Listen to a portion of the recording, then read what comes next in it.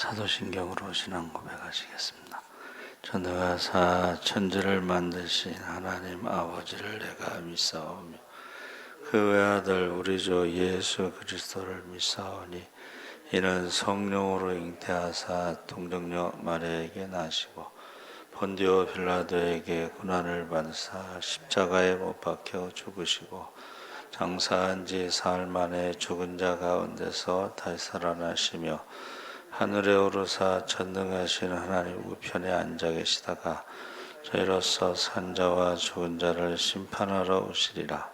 성령을 믿사오며 거룩한 공예와 성도가 서로 교통하는 것과 죄를 사하여 주시는 것과 몸이 다시 사는 것과 영원히 사는 것을 믿사옵나이다.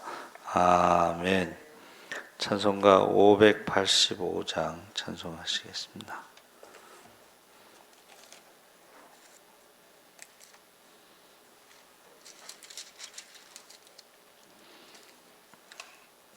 찬송가 585장 찬송하시겠습니다. 내 주는 강한 성이요 방패와 병기 되시니 그날날에서 우리를 구하여 내시리로다. 옛 원수 마귀는 이때도 힘을 써 모략과 권세로 무기를 삼으니 천하에 누가 당하랴. 내 힘만 의지할 때는 패할 수밖에 없도다. 힘 있는 장수 나와서 날 대신하여 싸우네. 이 장수 누군가? 주 예수 그리스도 만군의 주로다. 당할 자 누구랴? 반드시 이기리라. 이 땅에 마귀 들끓어 우리를 삼키려 하나. 겁내지 말고 섰거라. 진리로 이기리로다. 친척과 재물과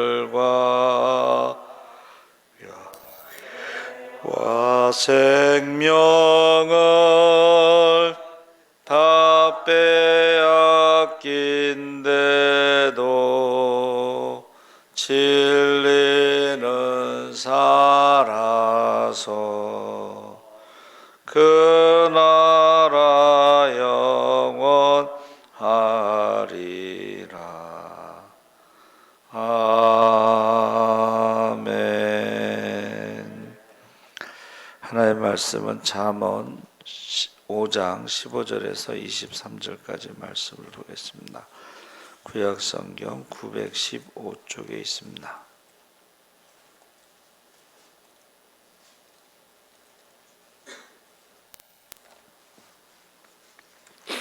잠언 5장 15절에서 23절까지 우리 다 같이 읽겠습니다. 너는 내 우물에서 물을 마시며 내 샘에서 흐르는 물을 마시라. 어찌하여 내 샘물을 집 밖으로 넘치게 하며 내 도랑물을 거리로 흘러가게 하겠느냐. 그 물이 내게만 있게 하고 타인과 더불어 그것을 나누지 말라. 내 샘으로 복되게 하라. 내가 젊어서 취한 아내를 즐거워하라.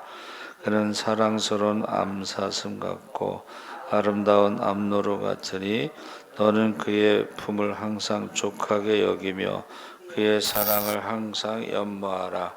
내 아들아, 어찌하여 음녀를 연모하겠으며 어찌하여 이방 계집의 가슴을 안겠느냐. 대저 사람의 길은 여호와의 눈앞에 있나니 그가 그 사람의 모든 길을 평탄하게 하시느니라. 악인은 자기의 악에 걸리며 그 죄의 줄에 매이나니 그는 훈계를 받지 아니함으로 말미암아 죽겠고 심히 미련함으로 말미암아 혼미하게 되느니라. 아멘. 할렐루야. 좋은 아침입니다. 잘 오셨습니다. 감사합니다. 내 마음을 지키라라는 제목으로 말씀을 나누려고 합니다. 음녀의 입술은 꿀처럼 달콤하고 그의 입에서 나오는 말은 기름보다 미끄러우나 그의 발은 죽음으로 내려가며 그의 걸음은 지옥으로 향하여 달려갑니다. 그래서 음녀를 따라가면 존귀한 영혼을 잃어버리고 목숨을 빼앗길 수도 있으며 재물과 수고한 것이 남의 것이 되며 마지막에는 큰 재앙을 만나게 됩니다. 그러므로 젊어서 취한 아내로 즐거워하고 하나님께서 사람의 모든 길을 다 지켜보고 계시다. 잠언 5장을 이제 요약한 것인데 1절서부터 14절까지 잠언 5장 1절 14절까지 음행에 대한 경고를 하죠. 그래서 1절에 내 지혜에 주의하고 내 명철에 내 귀를 기울여서, 여기서 말하는 지혜와 명철은 뒤에 나오는 3절 이하에 나오는 음녀에 대한 것인데 3절에 음녀로 번역된 차르는 부인 이외의 외간 여자나 신전 창기를 뜻한다. 그래서 음녀는 하나님의 지혜와 명철을 버리고 세상의 지혜와 명철을 따르도록 하는 정사와 권세와 세상의 어두움의 주관자들과 그들 배후에서 우리를 파멸에 이끌도록 미혹하는 악한 영들, 마귀와 사탄을 가리킨다 그랬습니다. 4절의 쑥은 라에나라고 했는데 우리가 알고 있는 그런 쑥이 아니고 둥글고 작은 열매와 흰색 잎이 달린 60cm 정도 자라는 독초입니다. 독초. 그리고 4절에 두 날 가진 칼은 사람에게 치명상을 입히는 무서운 것이고 내가 젊어서 취한 아내를 즐거워하라. 15절에서 23절까지 솔로몬이 아들들에게 하나님을 떠난 세상의 달콤한 유혹에 조심하라고 경고하면서 세상에 많은 유혹들이 있지만 젊은 남자에게는 음녀들의 유혹이 가장 조심해야 할 유혹이다 그랬습니다. 그래서 대부분의 나라의 신전에는 그 창기들이 있어서 남자들이 마음만 먹으면 언제든지 신전 창기들과 음행을 벌일 수가 있었습니다. 그래서 솔로몬은 이 일이 당장에는 꿀처럼 달콤하지만 그 끝에는 죽음과 지옥이 있으니 그런 음녀의 집 문에도 가까이 가지 말라고 경고하고 있습니다. 그래서 구약 성경을 우리가 읽어보면 우상 숭배를 이렇게 끊지 못하잖아요. 그것은 매춘이 있기 때문에 그렇다. 매춘. 그러니까 이 음녀라고 하는 것은 가장 강한 유혹을 대표하는 거죠. 젊은 남자들에게 있어서 그래서 세상의 지혜와 명철에 미혹되지 말라 했을 때에 부인 위에 다른 여자와 부정한 행위를 하지 말라고 해석하기도 하고 18절에도 젊어서 취한 아내로 즐거워하라 말씀하고 있습니다. 그러나 이게 단순한 건강한 부부 생활을 주제로 하는 말씀 이외에 또 다른 말씀들이 있죠. 그래서 잠언 4장까지는 하나님께서 주신 지혜와 명철을 간직하라는 말씀을 계속한 후에 갑자기 음녀가 나오는 것은 그 21절까지 하나님의 지혜를 망치는 죄가 음녀에게 미혹되고 하나님밖에 없는 것처럼 오직 그 문제 하나만을 집중하여, 그러니까 하나님에 대해서 집중하지 않으면 결국은 우상 숭배의 매춘에 빠지게 된다는 것입니다. 중독되는 거죠.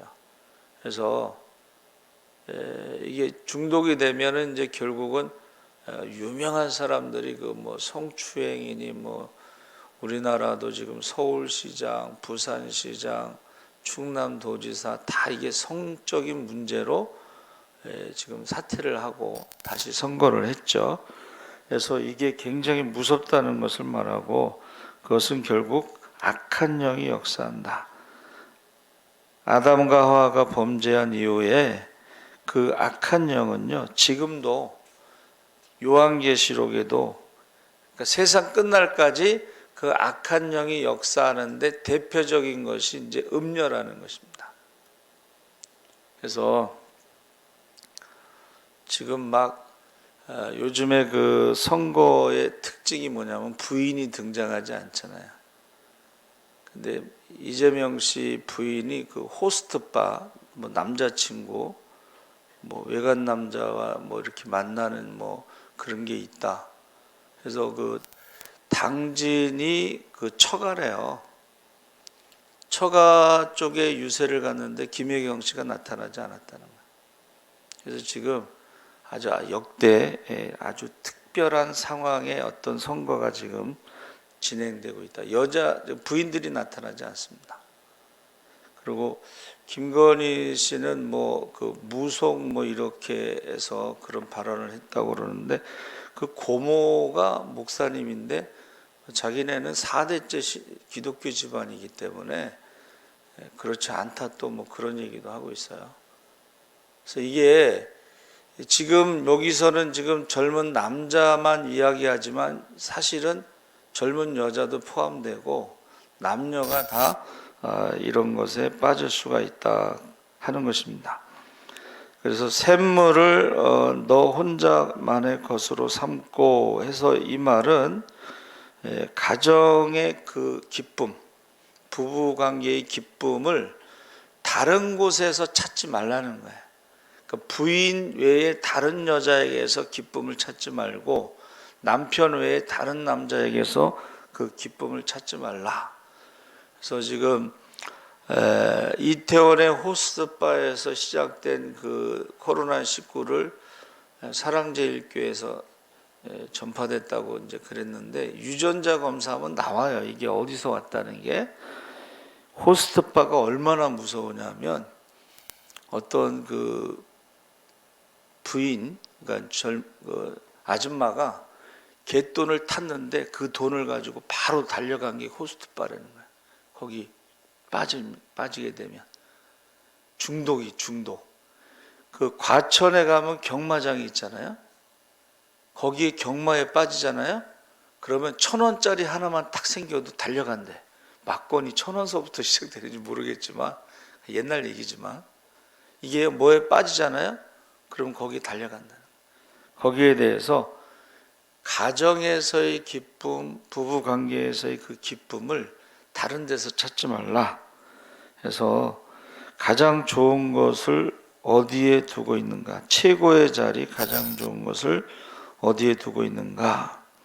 세상 즐거움을 모두 버리라는 뜻이 아니고 가정이나 학교나 직장과 같이 우리가 생활해야 하는 공간들이 있는데 다양한 활동을 하고 있는데 그곳에서 하나님께서 주신 지혜와 명철이 우리의 모든 활동을 지도하고 감독하도록 해야 된다. 그런 말씀입니다. 그래서 우리가 세상적인 그 즐거움, 이거 흔히 말하면 이제 쾌락인데, 거기에 빠지면서 하나님을 섬기는 일을 중단하게 되면 이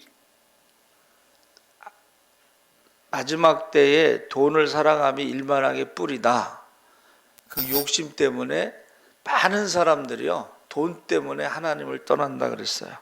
그래서 이 음료가 가장 강력한 유혹이면서 우리가 우상이 바로 이 음료인데, 매춘이 대표적인 것이지만은, 성적인 것이 대표적이지만 그 우상 중에는 또 가장 마지막 때에 가장 강력한 우상이 돈이라는 거예요.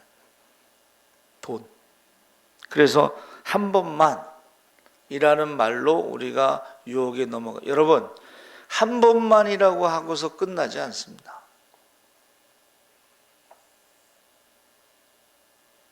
어떤 목사님이 주일날 한 번만, 그리고 이제 여행을 갔어요.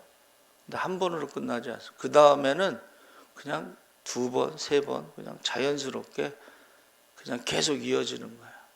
그게요, 한 번으로 끝나지 않습니다. 그래서 무릇 지킬 만한 것 중에 마음을 지키라, 생명의 근원이 예수남이니라 해서 이 마음의 평강을 무너뜨리는 것과 싸워야 되는데, 대표적인 것이 음료고, 그리고 대표적인 우상 숭배가 돈이라는 것입니다. 그래서 목숨을 잃어버릴 수가 있고 지옥으로 갈 수가 있다.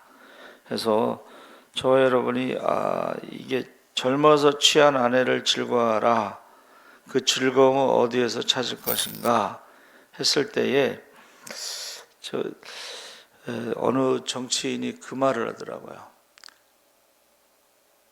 60이 넘으니까 아내가 애인처럼 보이더라 그래요.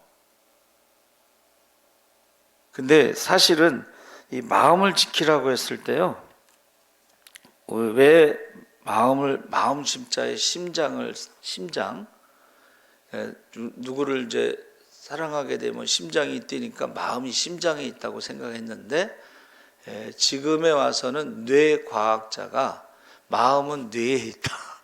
사랑도 뇌에 있다. 이 성장하면서 사랑 호르몬이 많이 나오면 사랑의 대상을 찾게 돼 있다는 거야. 근데 요즘에 젊은이들은 그 연애 세포가 죽었다고 그래서 그 호르몬이 안 나오는 거야. 근데 사랑의 호르몬이 나와서 사랑을 찾으면 그 사랑에 몰입하는 호르몬이 나와서 그 사람에게 막 집중하고 몰입하는데, 그것을 이제 우리가 말하는 콩깍지다. 근데 문제는 그 콩깍지에 유효기간이 있다는 거예요. 근데 그 유효기간이 끝날 때쯤 이제 아기를 낳는다는 거예요. 유효기간이 1년 정도인데 그 1년 안에 이제 아기가 생기면 그 다음부터는 사랑의 호르몬, 몰입의 호르몬 그게 없고 정이라고 하는 호르몬이 나온대. 정. 근데 그걸 실험을 했어요. 이 사랑의 호르몬, 몰입의 호르몬, 정이라는 호르몬이 나오지 않으면 바람핀다는 거예요. 그 호르몬이 그러니까 뇌과학자들은 마음은 마음 심장에 있는 게 아니고 뇌에 있다, 호르몬에 있다. 그래서 우리가 복된 즐거움과 저주의 쾌락을 분별해야 된다. 이게 지금 하나님이 주신 축복은 근심이 섞이지 않지만, 마귀가 주는 축복, 이거는 근심이 섞인다 그랬습니다. 또 주께서 주신 것을 족한 줄로 여기라. 하나님이 우리에게 가정을 주시고 우리에게 교회를 주셨을 때에 그것을 족한 줄로 알아야지, 가정 위에서 밖에서 즐거움을 찾거나 교회 밖에서 즐거움을 찾으면 문제가 된다는 것입니다. 그래서 주께서 주신 기쁨을 우리가 십자가를 묵상하면서 우리를 구원하시기 위해서, 친구를 위해서 목숨을 버리는 것보다 더 큰 사랑은 없다고 그랬는데 제자들에게 이제부터는 내가 너희를 친구라 하리라. 이 친구라고 하는 것은 비밀이 없다는 거예요. 그래서 제자들에게 십자가의 죽음과 부활을 4번 말씀하셨는데 제자들이 이제 믿지 않았죠. 왜냐하면 그들이 말하는 메시아는 정치적인 메시아로 예수님이 왕이 되면 우리가 하나는 오른쪽 하나는 왼쪽에 그 꿈을 꾸고 있었잖아요. 그래서 예수님께서 베드로와 야고보와 요한을 데리고 변화산에 올라가서 변형된 모습, 그게 이제 부활의 모습, 영광을 보여주시고, 모세와 엘리야가 온 것은 그 모세와 엘리야가 메시아에 대한 예언을 했기 때문에 왔다, 이렇게 해석하더라고요. 저는 이제 그전에는 모세의 율법으로도 구원받지 못하고 엘리야의 능력으로도 구원받지 못하고 하나님의 아들의 십자가로만 구원받는다, 저는 그렇게 해석했는데, 어떤 분은 모세가 예언한 메시아, 엘리야 선지자들이 예언한 메시아, 그분이 예수님이라는 것을 증거하기 위해서 그들이 왔고, 그 다음에 하나님께서는 음성으로 이는 내 사랑하는 아들 기뻐하는 자라, 너희는 그의 말을 들으라, 믿으라. 그래서 예수님이 이제 내가 부활한 후에 말을 하고, 그러니까 예수님께서요, 그 사도들이 부활을 믿지 않을 것을 알고 계신 거예요. 그래서 베드로와 야고보와 요한에게 내가 부활한 다음에 너희가 증인이 되라. 그래서 여인이 가서 예수님 부활하셨다고 했을 때에 베드로와 요한이 달려가죠. 변화산에 올라갔던 사람. 그들이 갔다 와서 무덤에 빈 무덤을 보고 예수님 부활하셨나 보다. 그리고 예수님 부활하신 주님이 이제 나타나셨을 때에 도마는 직접 봐야 되겠다 그랬죠. 그래서 저와 여러분이 이 기쁨을요, 십자가를 묵상하면서 우리를 구원하시기 위해서 우리를 사랑하시고 죄와 사망의 문제를 해결하시고 우리를 하나님의 자녀로 삼으시고 이런 것들을 기뻐해야 된다는 것입니다. 그래서 항상 주님을 사랑하고 섬기는 일을 하되 중단하면 안 된다. 저는 그래서 하나님을 사랑하는 것이 대표적인 게 예배라고 생각하기 때문에 예배를 중단해서는 안 된다. 그래서 이 마음이라는 그 단어가요, 창세기 6장 5절에 처음으로 사용됐는데, 여호와께서 사람의 죄악이 세상에 관영함과 그 마음의 생각의 모든 계획이 항상 악할 뿐임을 보시고, 그래서 이게 우리가 마음을요, 계획으로 바꾸면 좋을 것 같아요. 우리의 계획에 하나님이 항상 우선순위가 되도록 해야 된다는 거예요. 그게 마음을 지키는 거예요. 할렐루야. 우리의 삶의 모든 시간들이 하나님에 대한 계획이 일단 우선순위가 돼요. 그래서 우리가 항상 기뻐하라 그랬잖아요. 근데 거기다가 저는 항상 기뻐하라, 항상 기도하라, 항상 범사에 감사하라, 항상. 또 쉬지 말고 기도하라는 것에 집어넣는 거예요. 쉬지 말고 기뻐하라, 쉬지 말고 기도하라, 쉬지 말고 감사하라. 또 범사에 감사하라 했을 때에 범사에 기도하라, 범사에 기뻐해라, 범사에 감사하라. 그래서 제가 목회가 뭔가 하고 이제 묵상을 할 때에 항상 기도하는 것이 목회구나. 물론 이제 기도 시간이 정해져 있지만 그러나 항상. 그래서 저희 선배 목사님이 이제 서울신대 채플에 와서 설교를 하실 때, 얘들아, 하루에 몇 번 주여를 불러야지 목회를 하고 먹고 살 수 있는지 아느냐 그런 말씀하셨어요. 하루에 주여를 몇 번 불러야지 목회를 하고 먹고 살 수 있는지 아느냐. 그 말씀이 기억에 남아요.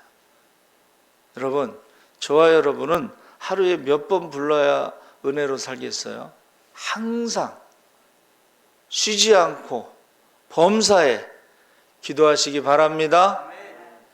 그래서 마음을 지키라는 것은 그 계획에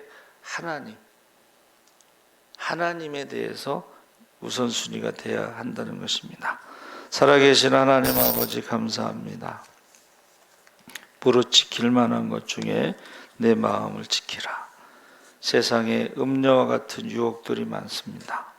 마지막 때는 돈을 사랑함이 일만하게 뿌리로 믿음에서 떠난다고 했습니다. 주여, 우리가 하나님 말씀을 주야로 묵상하며 우리가 세상의 모든 유혹으로부터 우리가 이길 수 있게 하시고 모든 유혹으로부터 떠나게 하여 주시옵소서. 감사하며 예수님의 이름으로 기도하옵나이다. 아멘. 하늘에 계신 우리 아버지여, 이름이 거룩히 여김을 받으시오며 나라의 마옵시며 뜻이 하늘에서 이룬 것 같이 땅에서도 이루어지이다. 오늘날 우리에게 일용할 양식을 주옵시고 우리가 우리에게 죄 지은 자를 사하여 준 것 같이 우리 죄를 사하여 주옵시고